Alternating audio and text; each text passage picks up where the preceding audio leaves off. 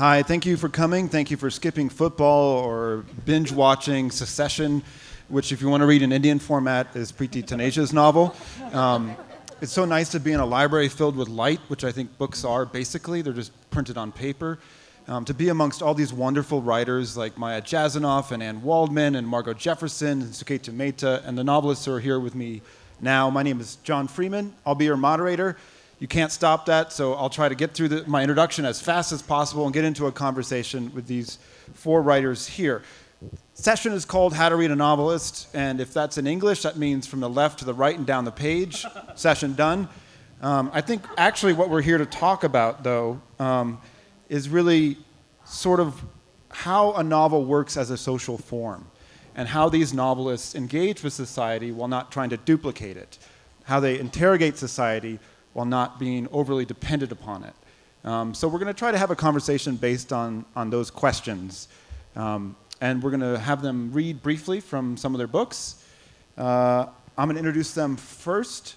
But first, let me get some straw men out of the way. I think conversations about novelists often tend to snag on these things, so let me go and kill them all now. Number one, a novel is not a piece of closet biography, but a dream made by a million tiny decisions made to be invisible. Number two, all writing is political, as dynamics of power exist between people and novels which eschew this are wrapping themselves around a particular form of power. And finally, number three, talking about the writing process is boring, so we're not going to talk about how they journal when they write, whether they drink coffee or tea, who their inspirations are, who their teachers were. And finally, four, this is where I'm going to start the conversation. Anger can be a creative force rather than a corrosive impulse for a novelist. And that perhaps our very best novelists, whether it's Jane Austen or Salman Rushdie or Toni Morrison, are made of equal parts rage and love. So that said, let's see where we're going to go. I'm going to introduce the panelists now. Kiran Desai is sitting to my right, helpfully. She was educated in England and America and is the author of two novels, the Betty Trask Award-winning The Hullabaloo and the Guava Orchard, as well as the 2005 novel The Inheritance of Loss, which won the National Book Critics Circle and the Booker Prize. A third novel is coming. Amitava Kumar is a poet, cultural critic, and novelist who grew up in the Indian state of Bihar and holds graduate and doctorate degrees from Syracuse and the University of Minnesota. He's a professor of literature at Vassar College, and his numerous books include Bombay, London, New York, Lunch with a Bigot, which is our life now, if you watch the news, and the just-published Immigrant Montana. Preti Taneja was born in England to Indian parents.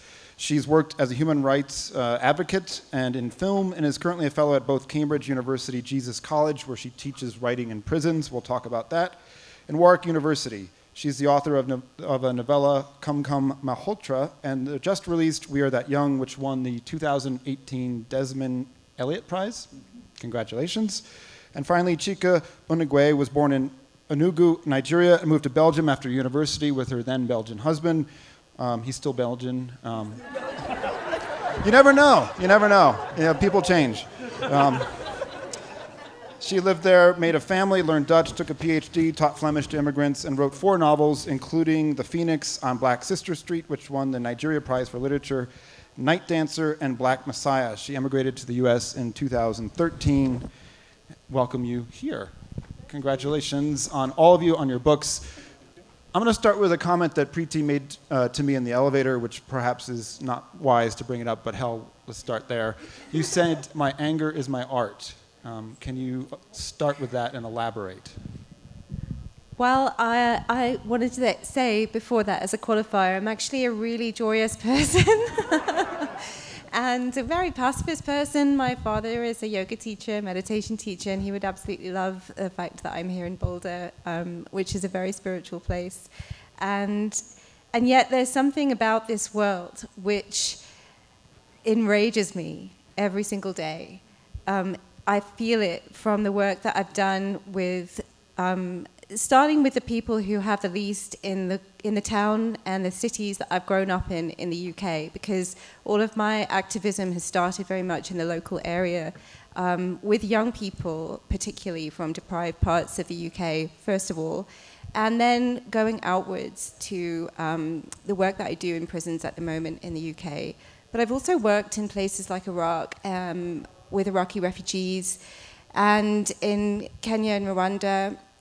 And everywhere I've been, I've seen resilience, but I have also felt that there is a level of elitism and cultural and political suffocation of the spirit, which is completely unacceptable to me. And I feel that very physically. So when I come to write, every single thing that I have contained within my body just comes out onto the page.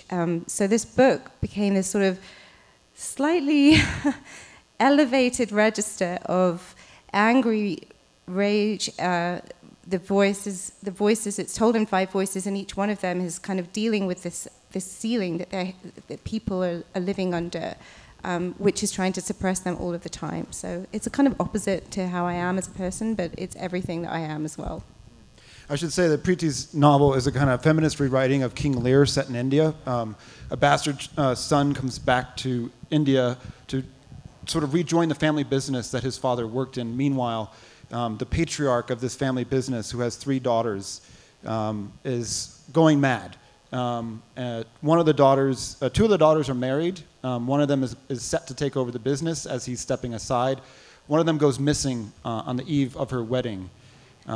And one of the interesting things about this novel is that if Me Too is a kind of movement of accumulated rage, you would not think that a novel set within the upper echelon of the 1% would be a perfect vehicle for expressions of post-colonial rage, and yet that is precisely what I feel while reading this book, especially when you're writing from Garji's perspective. This is the daughter who takes over the business. She's groped by her father's underlings. When she's interviewed, she's often thinking in italics. I wonder if you can talk a little bit about writing from the perspective of people who you think might be powerful but who are actually powerless. Well, taking over a business as a woman in a man's world, I'm sure that a lot of us can understand the ways in which that works against us. So no matter how much empowerment you think that you're getting, there's always a kind of culture around you that's making that very difficult. And so Gargi is this woman who has dreamed all her life of taking over the business.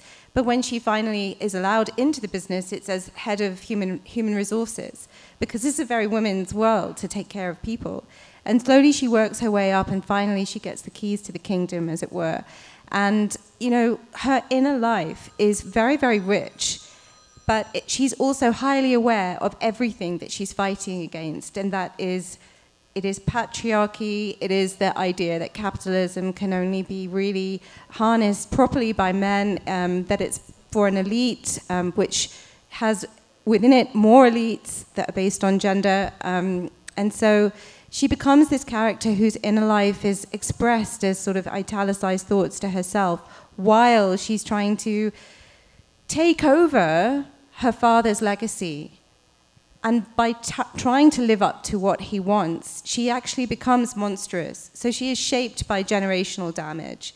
I'm not saying that, you know, we don't have choices in how we deal with our inheritance, but sometimes the world creates us in ways that we aren't quite aware of, and that we aren't in control of. So that is what I was trying to do with her story. That's a perfect segue to talk a little bit right now with Kiran. Inheritance of Loss is a novel set on 2 tracks. The son of a cook goes to New York. We follow him through many restaurants. You will never eat in a New York restaurant after you read this novel.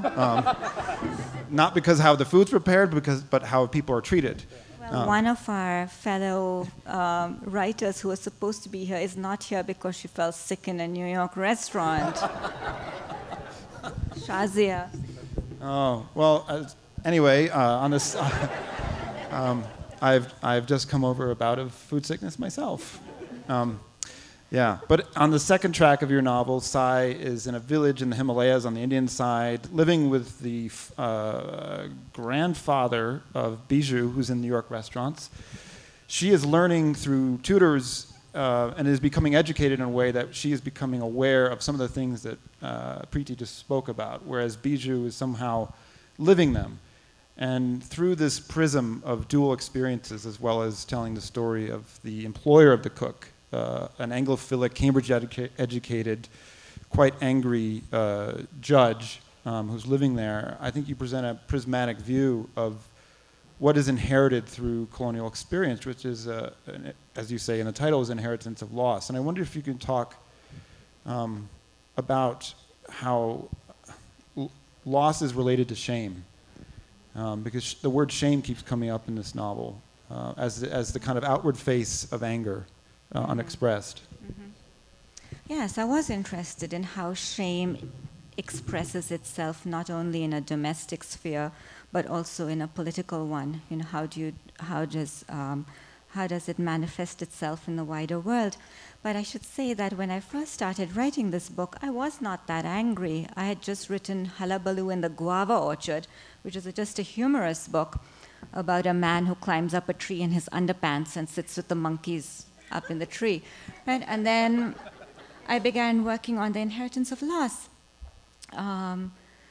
taking as first inspiration the stories I was hearing around me in New York.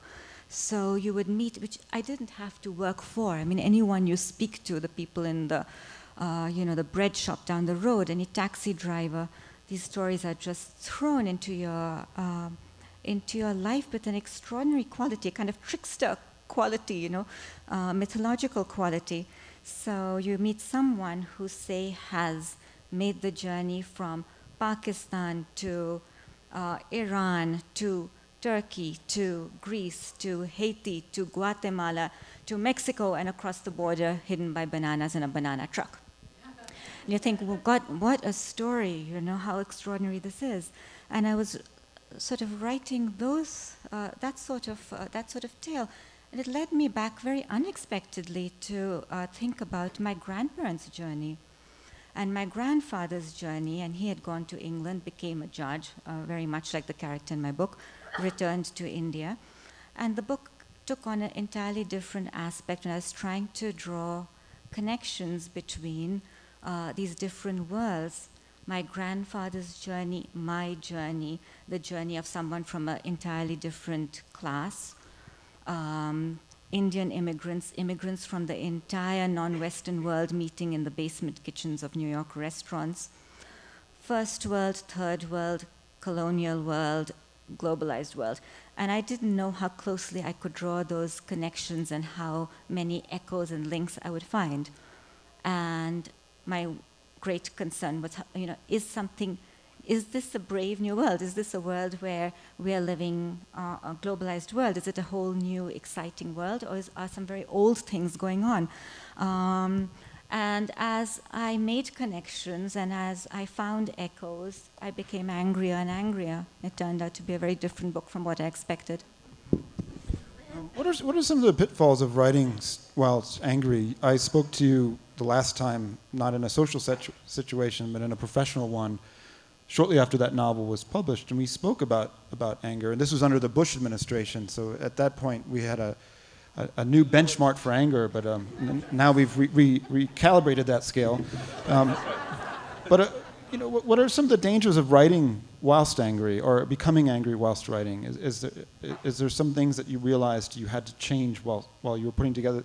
By the way, this is one of the most majestically plotted and time-warped books, in that she jumps from place to place and character to character and from time zone to time zone with an almost poetic sense of the vectors of narrative, which I think is, I just reread it before coming here. It is a marvel. And I wonder, when you're angry, how do you do such delicate plotting work or arc work? I'm a very slow writer. So if a book takes a decade and you're writing very quietly, I give myself a lot of time to edit and revisit and rework, because I do find that when I am working in a state of pure rage, when I look at the work the next day, it's as if I've been writing while drunk. It doesn't make, it's a mess. So I find that time is essential in my process I wish I were a quicker author, but I think this is one of the advantages of being a very slow one. When Kiran and I spoke 12, 13 years ago, she iterated her quite peripatetic journey of where she lived and while she was writing that book. And I was thinking about this, Chika, when I was reading On Black Sister Street, because the characters that you write about is 4 women who are working as prostitutes in Antwerp. Something happens at the beginning of the book, and the book flashes back and forward about their journeys to Antwerp, how they came to make the decision, or had the decision forced upon them to do such work. And I was curious.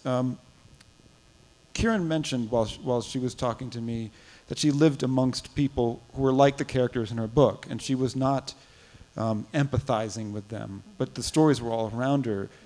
In order to collect and to observe some of the stories that you turned into fiction, you had to walk around the streets of where you lived with prostitutes. And I wonder if you can talk a bit about that, about where a journalistic writer's mind turns into a novel's mind. So I grew up in a very Catholic home, and I had never seen prostitutes before I moved to Belgium. I mean, I knew they existed, but in Belgium, if you took the train past Brussels North, no matter what time of day it is, you'd see these women behind display windows. And so I started writing out of a sense of curiosity. And then I realized that I didn't know anything at all about the women I was writing about. And I think it's very important as a writer to have a certain level of respect for your characters. And that respect meant that I had to talk to women like the women I was writing about. And so I went to the red light district of Antwerp, and I went to a cafe called Het Keteltje, which is where mostly Nigerian workers, Nigerian sex workers who are illegal work out of. So I went to Het Keteltje, and I thought I'd look like a sex worker too, so I wore a miniskirt, high boots, but they were all in jeans, so... Well, anyway, so I went in there, and one of the things I noticed, which I hadn't thought of before writing, was that in the cafe, all the women were black and young, and all the men were white and a lot older. I mean, there was this really old man. He must have been, I don't know how old, but he was stooped, and I asked one of the women there, I said, is he a client too? And she said yes. And I was like, oh, isn't he like a bit too old? And she said, no, we don't like young men, because young men want love. Men like this just come and we give them what they want and they pay and they go, no complications. And another thing that helped was that because many of the women I spoke to had come to Belgium first and foremost to work as sex workers, they had no idea that there were other options. And so when I told one that I was a Nigerian writer, she just looked at me and she started laughing. Like, yeah, pull the other one. And so I realized that not pretending, but letting them think that I was also a sex worker, or someone wanting to get into the business worked out for me because, they spoke freer. I mean, they were a lot more free to talk to me. And I didn't take notes. Everything I took had to be there because every time I brought out a notebook, there was, there was a barrier there that going as a journalist would have completely put up. Accidents of birth are at the heart of all of their books. One of Preti's characters is born of an affair, and therefore he's always on the outside of the family line. The women are born women. They're always they have different roles. This happens in your book, Amitava's book as well. Chika, on Black Sister Street, there's a character who, before she comes to Belgium, has an affair. The first man she sleeps with is a big man in Nigeria who always has affairs with young teenage virgins to protect himself. And she gets pregnant. She goes to the house of this man, thinking he will take care of her child, and instead the wife comes out and dresses her down. and then she goes to Belgium, and she has a completely different sort of transactional sex. Mm-hmm. And one of the other characters has a university degree. Mm-hmm. And I wonder if you can talk a little bit about the difference in transactional sexual relations in Nigeria for your characters and in Belgium, and how that breaks down. Yeah. And the fallacy to some degree that a university education will lift you out of the things that escape symbolizes. Mm-hmm. Let me see if I've understood your question correctly. So one of the characters, Efe, who gets pregnant by a married man and then expects that he's going to look after her baby because she's giving birth to a son, and sons are very well prized in Nigeria. And his wife walks her out. I think that many times we think that our natural allies are people like us, and that's not always the case. And we see that with, the 2016 elections, where women were wearing T-shirts that said, grab me by the pussy, right? So very often, I think patriarchy and misogyny thrives, or they need, patriarchy and misogyny need women to thrive. And for Efe, this man's wife, was misogyny's and patriarchy's ally, that sort of pushed her into prostitution. And one of the things that my characters do, which is also what I found out from researching sex workers in Antwerp, is that there's a certain level of agency as well, right? So some of the women come in knowing that they're going to be sex workers. And one of the things that I constantly heard was, you can make enough money and go back and get yourself a husband. So everything is for sale, including men, right? Because now suddenly you have financial independence, and you can get everything that you ever wanted, including, husbands or marriage, which is what society also prizes really highly for women in societies like Nigeria. And so, whereas in Nigeria, for Efe and Sisi, who has a university education and who expected that her university education would sort of like elevate her and help her break the cycle of poverty that her family was in, but he doesn't do that for her because accident of birth, she's not born into the right family with the right connections, right? So for her to break that cycle, even with her university education, she also ends up in Belgium. And there, even though both Sisi and Efe and the other two women have transactional sex, but there's a level of power and a level of agency there that they did not have in Nigeria. And I think that, sort of makes the difference for them. I'm going to talk to Amitava, and then as we come back around, you have to wake up. I was once on a panel at the Penn World Voices. It was the Africa panel, so there were 9 African novelists, and then Ngugi wa Thiong'o took a nap in the middle of it. And then when it was his time to speak, someone just woke him up, and he was like, all right, okay. Chika was just speaking a little bit about education in the life of one of her characters who gets a university degree and then still turns out she has to leave in order to escape some of the things that she wants to escape, which is poverty and just a life of lower expectations. In your book, your character comes to New York in the early 1990s for educational degree, and then he hears Dr. Ruth on the radio. Yeah. And his priorities, he continues to get educated, but his priorities change, and this book unfolds as a series of chapters as told through various love affairs. Each love affair is a kind of chapter. And I wonder if you can talk a little bit about why you structured the book that way, around the desire for love, while the character is in some ways on what could be called a typical migration journey. All right. How you guys doing?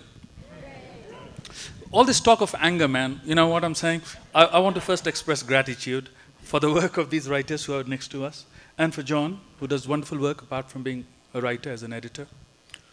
There are book reviewers in the audience. booksellers in the audience, and most of all, readers, so thank you. My rage is almost in check because of your presence. You know, one of the things, I'll come to your question in a second, one of the things my narrator does is that he decides that early on in his life, all he wants to do is articulate his rage. So there's desire for love, but there is rage. For example, he's gone to get his visa at the US Embassy, and he's been asked a few rude questions, and he feels, you know, dissed. So in his mind, he's writing a poem which goes something like, wait a minute.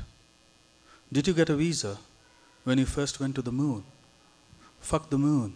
Tell me about Vietnam. Just how precise were your plans there, you asshole? Right? And then he finds it's a little dissatisfying for him to be only articulating this rage, and he wants to find, I guess, love. Your question about the structure, man, I don't know. It's the editors who made me do that. I had thought it would be like a swirl, you know, like this. Because it would be like one experience overlapping another, and you're going back to make and unpack another experience from before. But one of the editors said, you know, let's be clear where we are in time and place. So why don't we structure it according to the love affairs this person is fortunate or unfortunate enough to have. So that's how it came about. It was not my decision, really. I mean, I feel like I should apologize on behalf of editors everywhere. It is a perambulatory novel, though. It does work in circles. It does work in layers. Okay, good, it does work. So they were not able to destroy that. No. You gave them their signpost, and you did exactly what you wanted to do. Okay, good. But as you go in these sort of winding circles through books, through experiences, through other people's experiences other than your main character, you capture a sense of existential vertigo. Sure. And I wonder, I've been talking to Chika about her experience interviewing sex workers, Kiran being next to, adjacent to people whose lives were like her characters. Preti, we haven't spoken of it yet, but she's from a very different background from the characters that are in her book. That's true. You're very like your character.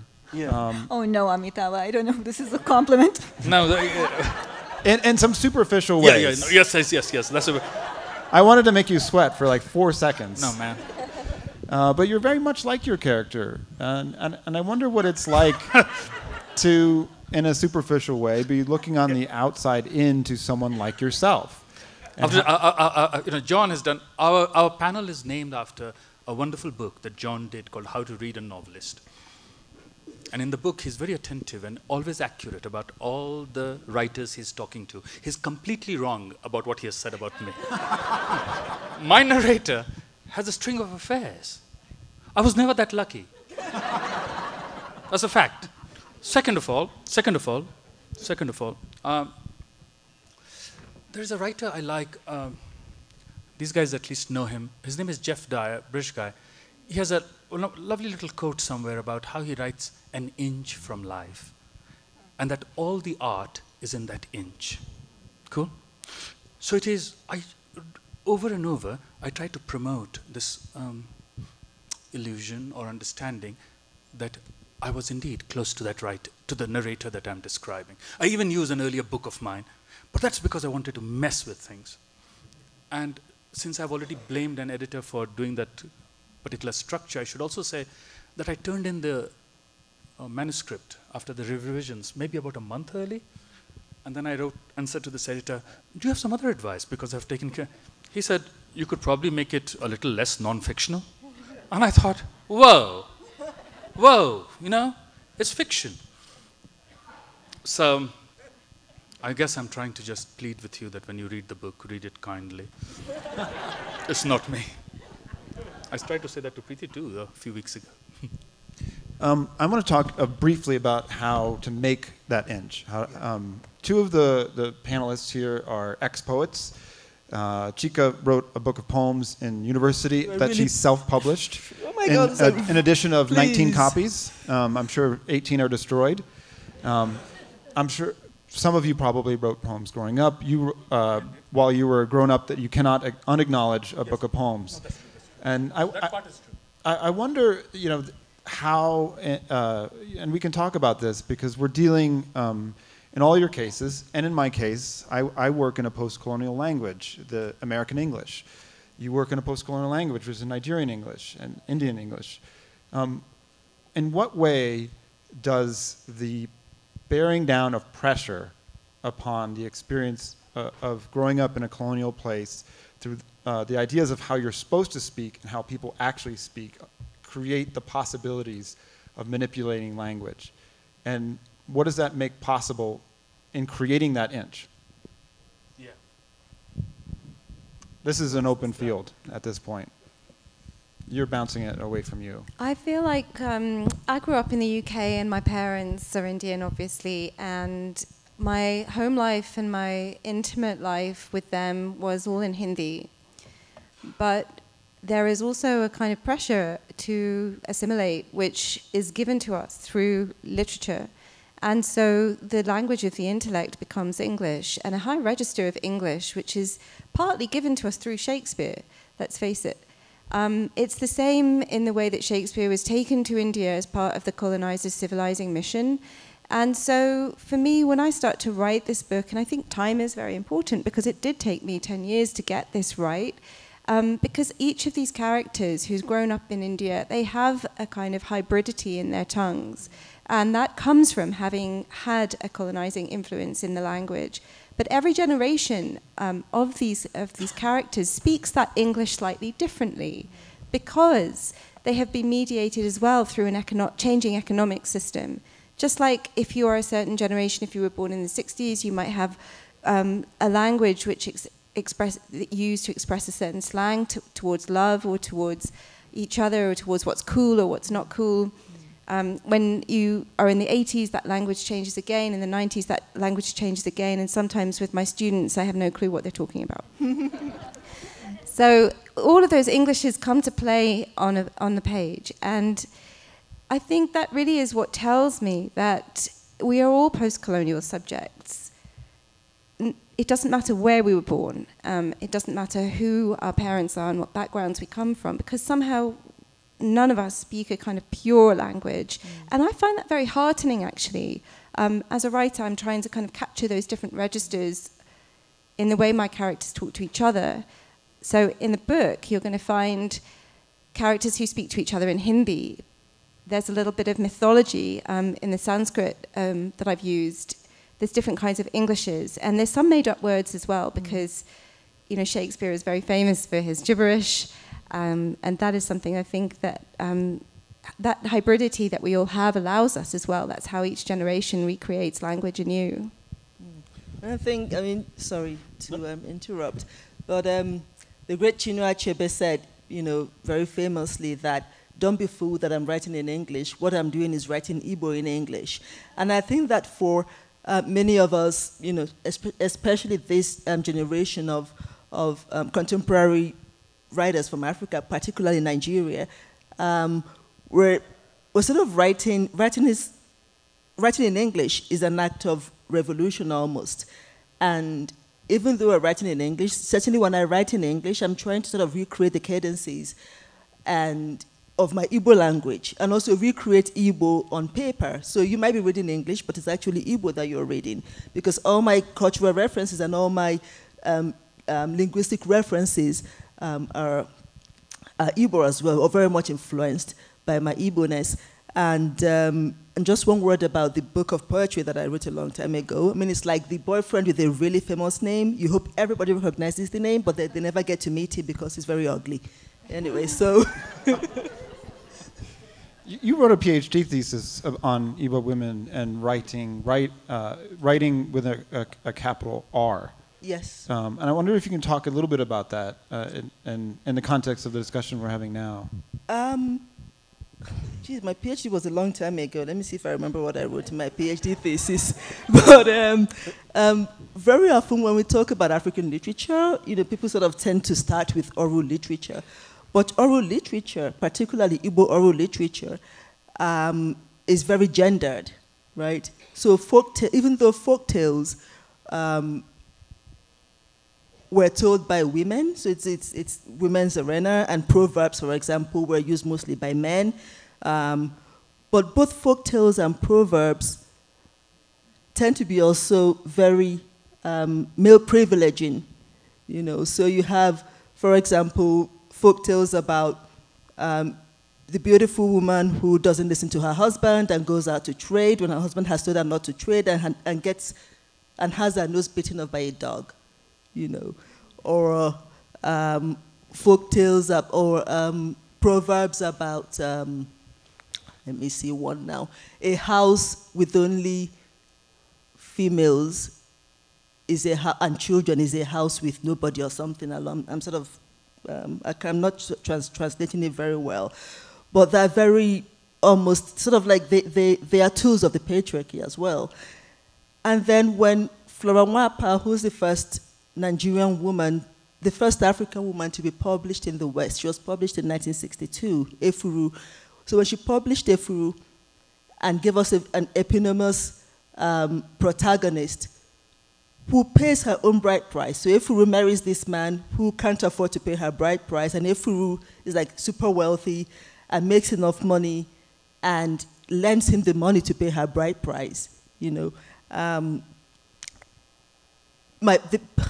So my point of departure for the PhD is from Efuru, then onwards to how contemporary Nigerian female writers are sort of trying to write back to very patriarchal literature.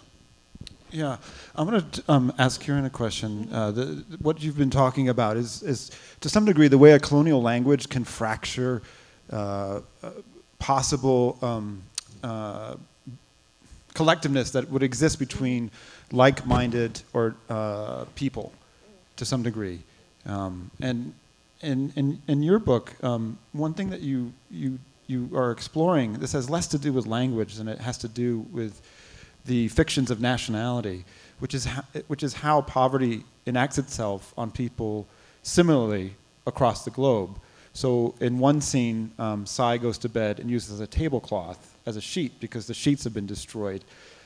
Across the world, in a very, very different time zone, Bijou sleeps in a restaurant because he has nowhere to sleep, and he uses a tablecloth as a bed sheet. And I wonder, you know, one of the things you're writing against, if you can be said to be writing against in this novel, is a kind of tidy globalization. And I wonder what the biggest challenge was in fitting this all in one book. I was influenced by earlier writers. You know, I was very influenced by Mahfouz and Achebe and Naipaul when I wrote The Inheritance of Loss. And I thought that these were authors who had written about this journey, you know, the colonial to post-colonial, but very slowly and patiently. And I wanted to try to condense it into a single book to make these leaps through time and through different geographies. I would credit Naipaul, who died recently, as we know, for being one of the first, or maybe the first author to make these connections between people from Latin America, people from African countries, people from Asian countries, and all of these different non-Western nations, and managed to draw those lines between all of us. When you're talking of how do you plot something, your earlier question to me, you can see the way I work with these echoes when you've described the sheets. I deliberately find them so I can make these connections and leap through time and space more easily and quickly. But talking of language, it's, you know, language is such a big question in India. One always grows up, if you're a writer who writes in English, you always feel somewhat embarrassed and ashamed, I think, because there's such a feeling and there's such a lot of criticism that if you do write in English, you don't really even know the country. And there's something that's eluding you, let alone an Indian writer writing in English who doesn't live in India. So there's a real feeling that the seriousness of the nation and the complexity of the nation doesn't begin to come across if you're using a language like English. And yet at the same time, why do I write in English? It's because my grandfather left a village in Gujarat to study in England. They came from a very poor family. He sat under a street lamp and learnt the English dictionary by heart. There's no electricity at home, and he sailed to England having learnt the English dictionary by heart. Came back, married my grandmother, who never spoke English. She spoke Gujarati and Hindi, mainly Gujarati. My father was sent to Miss Oliphant's School for Girls at age 4, and continued in boarding schools all his life. So when he came home, his first language, reading and writing language, was English, therefore, although he was fluent Hindi speaker. But when he went home, he couldn't even speak to his mother. His first language was English and Hindi. She read, I think, one book in her entire life, which was Gandhi's autobiography. And she always said it was the best book she'd ever read in her life. So, you know, look at these huge gaps, and imagine that you can't even speak to your mother in her first language. And on the other side, with my mother's family, there was a German and Bengali mix. And my grandfather spoke Bengali, my grandmother spoke German. Together they spoke English and knew some Hindi. And my mother's writing language became English because it was her reading language and the language of the bookshelves, so the Jane Austen and Dickens around at that time. She grew up in British India.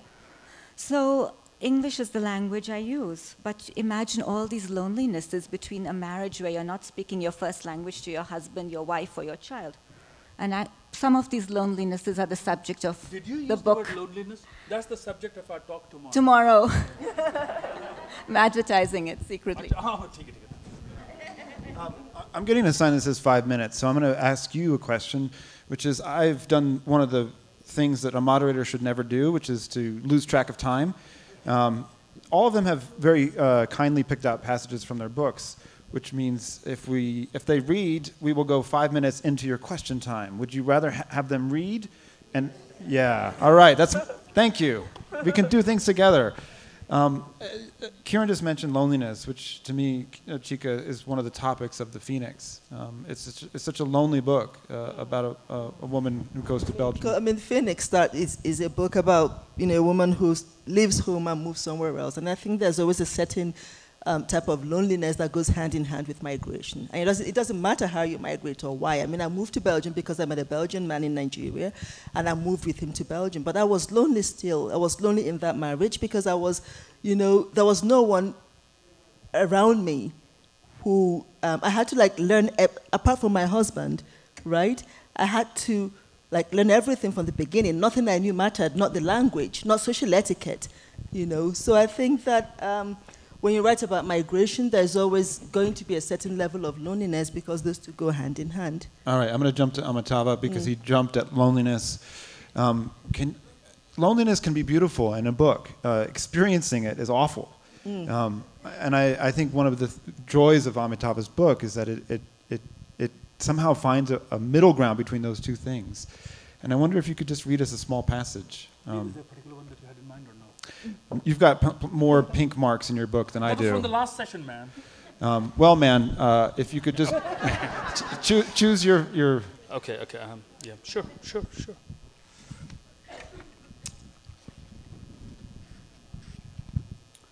For this class, we had also read a recent magazine piece by Anton Shamas, a Palestinian writer who grew up in Israel. Ehsan wanted us to tell him whether the idea of a portable homeland, the things that migrants carry with them, appealed to us. I spoke up. I said that I had found very moving the story that Shamas had told of a Palestinian man bringing to San Francisco the small plants and seeds that were native to the West Bank, and hidden in his heavy black coat the 7 representative birds of his homeland: the duri, the hasoon, the sununu, the shahrur, the bulbul, the suman, and the hudhud, small talk companion to King Solomon himself. Even the names of the different kinds of birds were charming. When I read that list, I thought of the birds of my own past and of the koel's song in the summer. Ehsan was smiling. He raised the glass of wine in his hand. Kailash, please tell us, when you left home recently and traveled to America, what did you bring with you? I was thinking of that question when reading Shamas. I carried in my suitcase a copy of the Illustrated Weekly of India with a photo essay on Bihar. The photos are in black and white. I recognize them as images from the place where I have my roots. The magazine with the pictures, as Ann said, instead of what someone in an earlier time might have done, the earth from his native place in a jar, perhaps.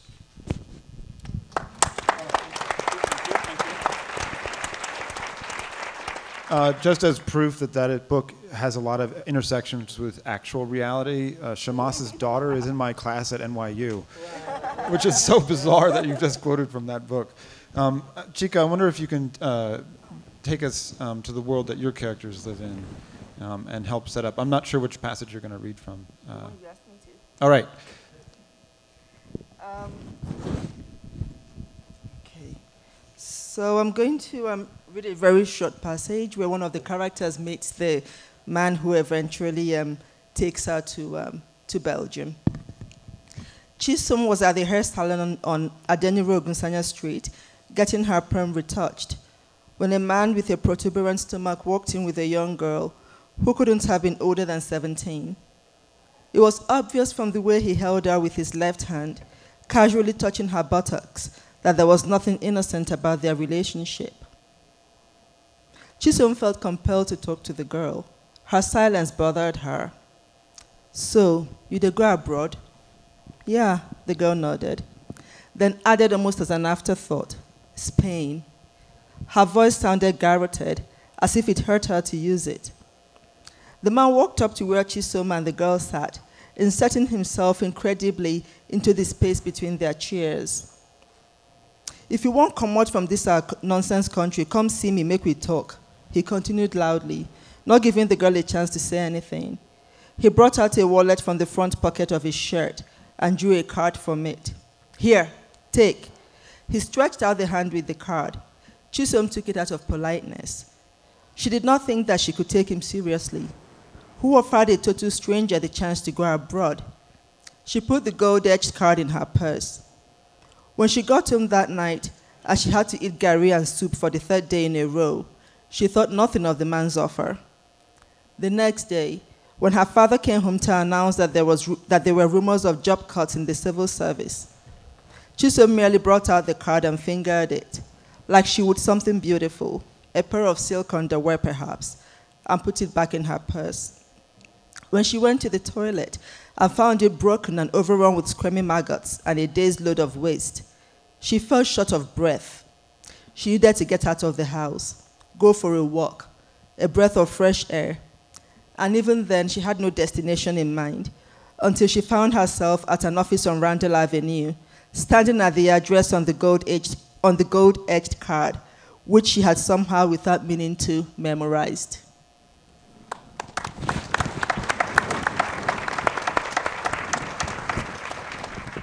A lot of secrets in these books, and the secrets are often associated with need and shame. Preti, in addition to mapping your book onto King Lear, there's another son in the book named Jeet, who has a rather large secret that carries through the novel and eventually has some explosive impacts. And I wonder if you can read from a section about him. Sure, I think after what Kiran said about writers, I better get my code, but actually because this book is told from the point of view of the 1%, it doesn't pretend to know anything about what it's really like to live in poverty or anything like that. So this character has left his very wealthy life and he has found himself in a state called Naperthala, which is completely made up. It's an imagined state, just like Shakespeare's Heath, except for it's populated by a huge amount of people who have nothing. And Jeet is just recovering after a storm, and he has this kind of fever where he has a vision of the rising right-wing fascism which is overtaking India today. "I cannot survive on nothing, no one can. However much he tries, he wants. He begins to sob. Bapuji rocks him gently. Shh, shh. Be a good boy, Jeet thinks to himself in the basti. Say nothing, chup chup. Let the rain come again. Let it wash all of life away. Rain falls in a light sheen over everything. It drips through the holes in Jeet's plastic roof. It washes his face as he tries to look up.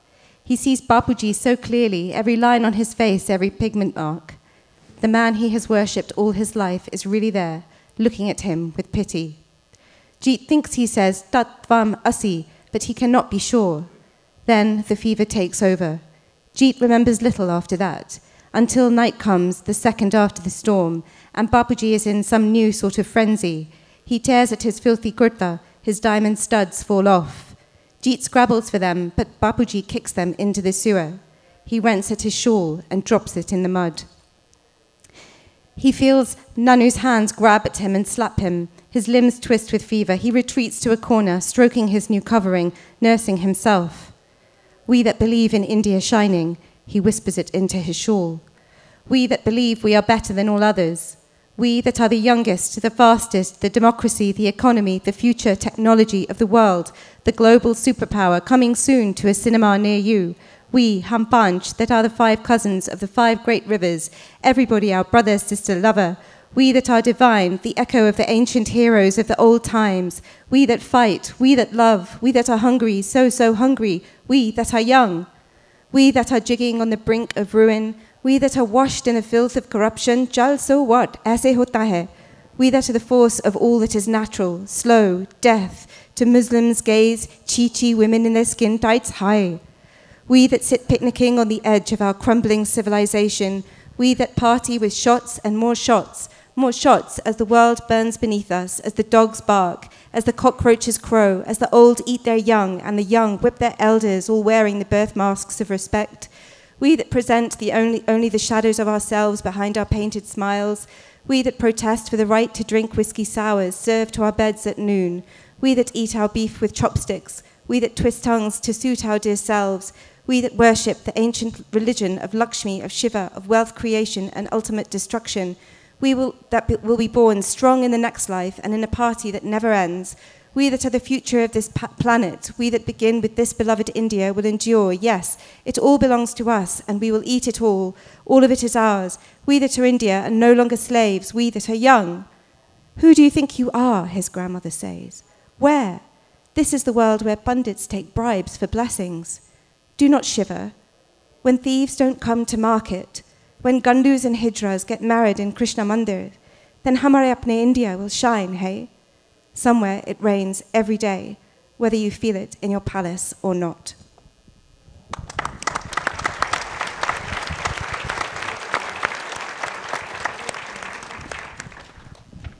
Yes, okay, so I'm going to read a passage, not about Indian racism here, anyway. 4:25 a.m., Biju made his way to the Queen of Tarts bakery, watching for the cops who sometimes came leaping out. Where are you going and what are you doing, with whom and why and what time? But immigration operated independently of police, the better perhaps to bake the morning bread, and Biju fell again and again through the cracks in the system. Above the bakery, the subway ran on a rawly sketched edifice upheld by metal stills. The trains passed in a devilish screaming. Their wheels sparked firework showers that at night threw a violent, jagged brightness over the Harlem projects, where he could see a few lights on already and some others besides himself making a start on miniature lives. At the Queen of Tarts, the grill went zipping up, the light flickered on, a rat moved into the shadow. Taproot tail, thick-skulled, broad-shouldered, it looked over its back, sneering as it walked with a velvet crunch right over the trap, too skimpy to detain it. Namaste, Babaji, said Said.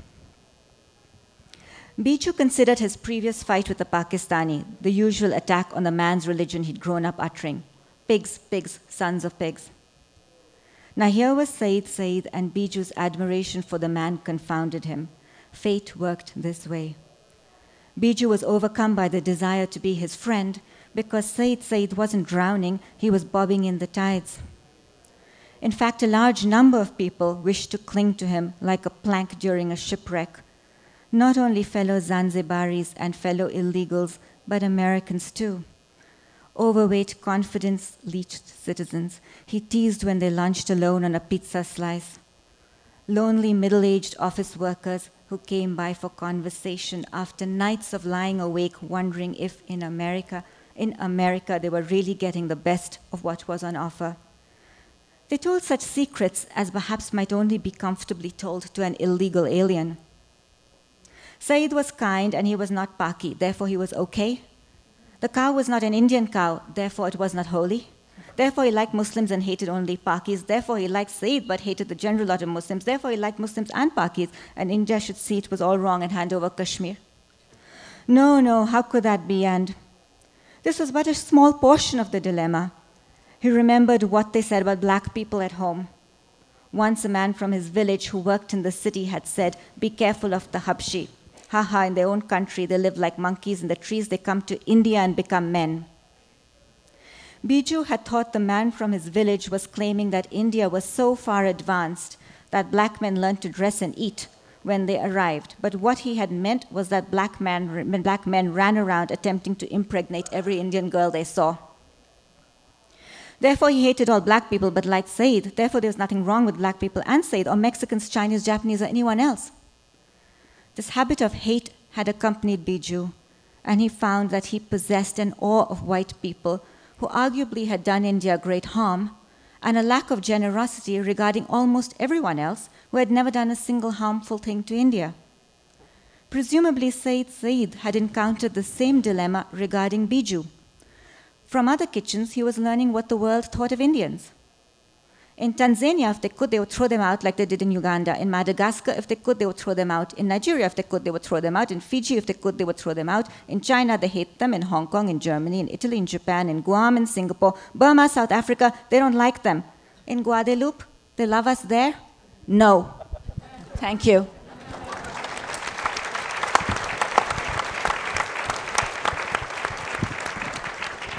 I'm afraid we have time for just one question, so whoever has it, make it a good one. No pressure. I want to thank Chika and Preti and Amitava and Kiran for this brisk, lively conversation and for those lovely readings. One example of a book that's timeless is Biju's journey through those restaurants. Were he not in a sanctuary city today, would be much shorter because the police are working with immigration in this current America. Yep. And I think this book is eternally wise about the ways of the world, as are all of your books. So I want to thank you for writing them, for reading from them, and in advance, because no one's raising their hand. Notice me tap dancing, giving you time to raise it. There it is. Okay, you have 20 seconds.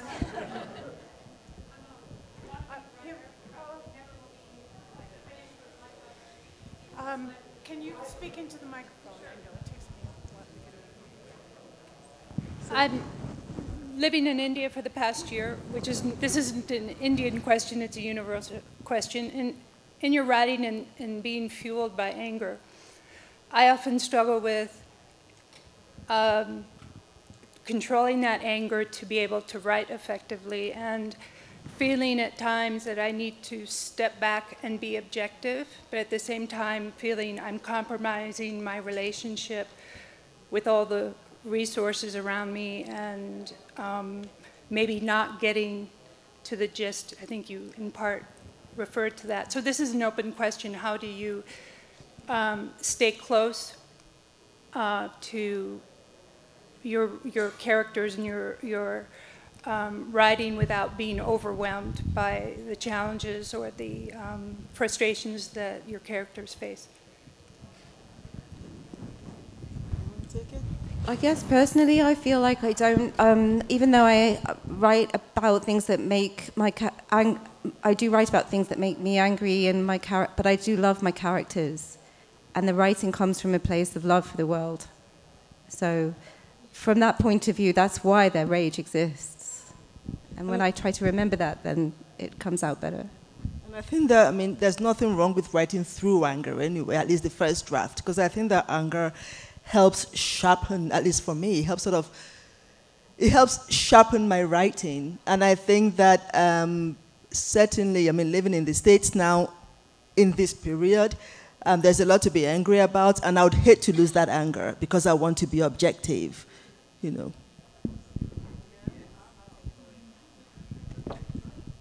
Well, I think a novel is the opposite of contempt, because you have to love your characters. Yeah. They have loved their characters joyously, angrily, thoroughly, and with a great deal of literary talent. Thank you for your books, not your autobiography. That is yet to come. Thank you for being such a wonderful audience.